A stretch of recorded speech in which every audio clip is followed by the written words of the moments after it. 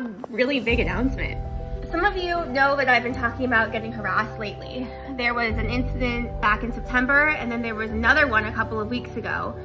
And they were both from the National Association of Realtors sub-board, the California Association of Realtors. And both of them happened because one was a false complaint and one was actually a complaint that actually wasn't even a complaint. It was like trying to cite a law that when I called the Department of Real Estate 4 different times, nobody knew anything about. So clearly didn't even exist. It was a made up law on a made up complaint that actually didn't make sense. And so I've got some big news. I started planning a few months ago. I joined the new real estate board. I try and keep videos to a minute, so let me share in just a minute. The new American Real Estate Association was created because the National Association of Realtors failed the realtors. What happened is that the National Association of Realtors was decided to be a monopoly, and the DA's been involved. It's a whole thing, and there's billions and billions of dollars that the National Association of Realtors and all of its sub-boards have to pay now.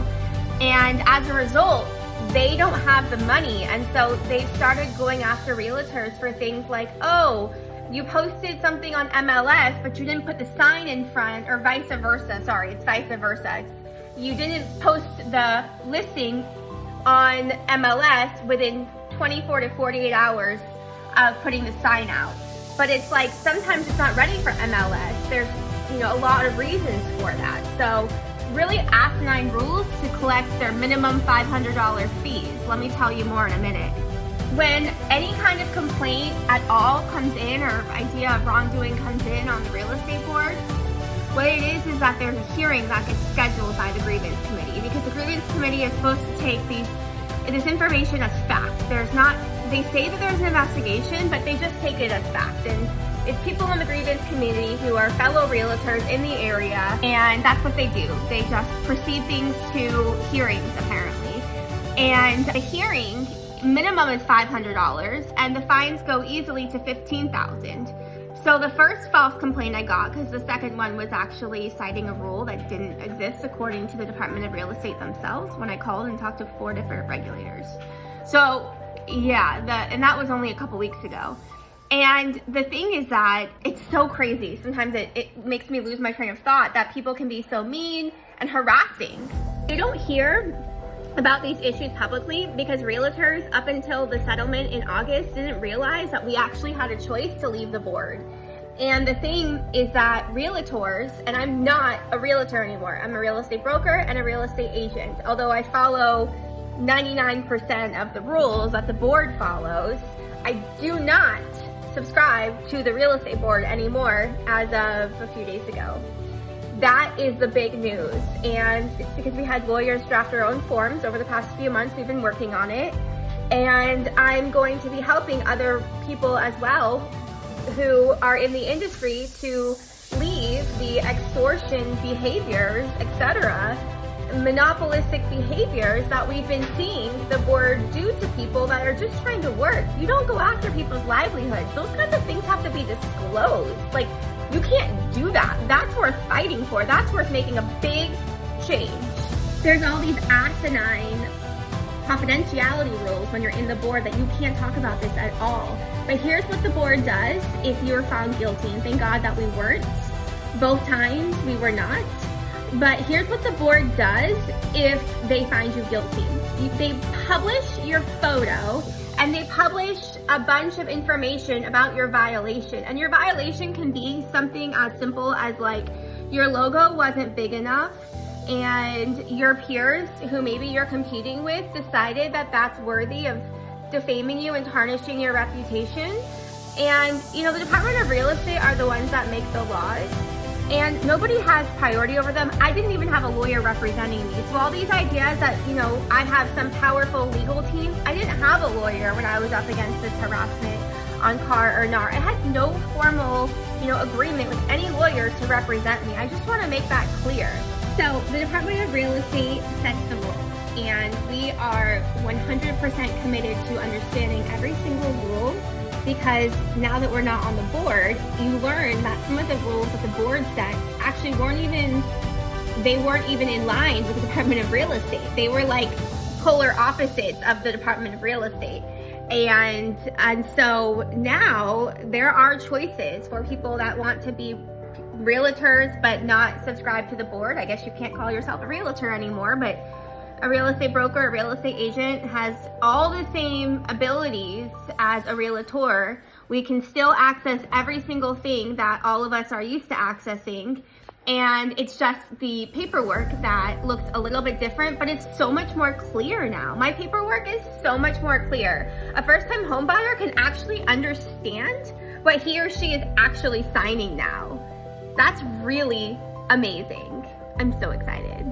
If you are thinking about your options as a real estate professional without having to be on this very old school, not transparent, not ethical the way that I was treated, although yes, they did come around and I'm grateful for that, and I'm being clear that we never actually got a violation.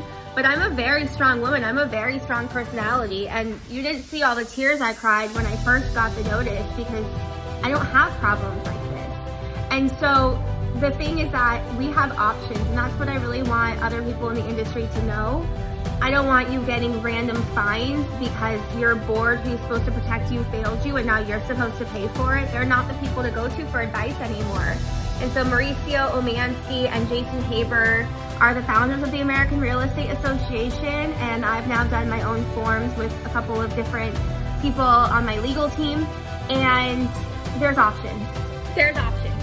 2 to 3 days, Jason Haber says that he gets people complaining like this. It is a huge issue, and I want people to have options to thrive in their business, and I want consumers to be able to understand what they're actually signing, a clear document that they know what they're signing.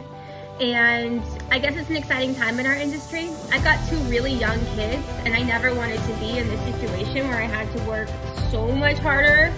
But at the end of the day, that's what I was implying when I said it's my destiny, I guess. So I really want to be that supportive figure for anybody that's getting harassed or who just wants better options out there.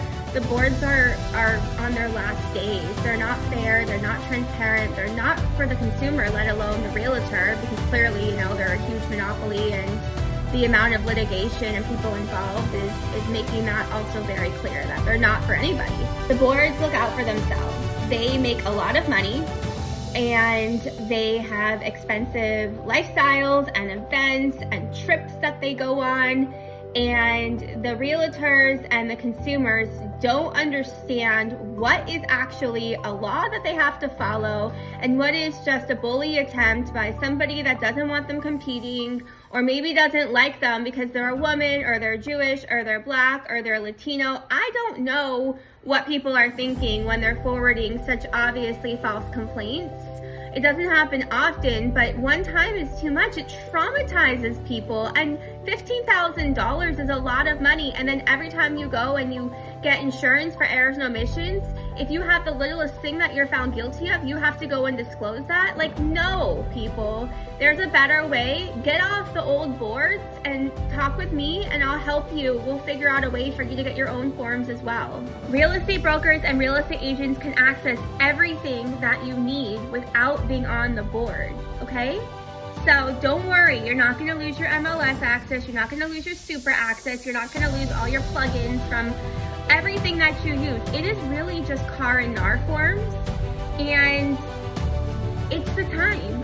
I mean, if you choose to leave or you choose to not, or you choose to, you know, do both, you know, be a part of it, but I wouldn't want to be a part of it, because all it takes is, you know, I guess if you're part of the old boys club, it doesn't matter because you're part of that old boys club, and so you're not going to be the subject of harassment. And frankly, I probably wouldn't have been anymore either, because how many times are you going to do it without having a clear lawsuit, like you're harassing me? But I'm not going to take that risk. I want to be able to sleep at night, and frankly, there's a way better way to be able to educate clients, and you can't have the same forms anyways. That's a monopoly. You've got to have different forms that are clear. And so here we go. And just in case you're wondering, I already have another realtor that is ready to join my firm. And so the change is happening and people are hopping on board, and we are here to help you. So I really want you to know that there are options and that the forms are a lot more clear, and that this is something that we have to do to be able to make forms that are more clear and protect ourselves from litigation, because I don't want to be the subject. Like, if I'm aware that the board is doing things that are unethical, like, I can't be a part of that, right? Like, we can't be a part of that. And there's a whole movement anyways. You see it in other industries as well, where people are starting to, realize the self-serving nature of their boards. I mean, we've already seen it in a lot of industries. It doesn't matter. We don't need to name names, not publicly at least. So I just want you to know that this is a whole movement as well, and it is the time to choose which side of history you want to be on.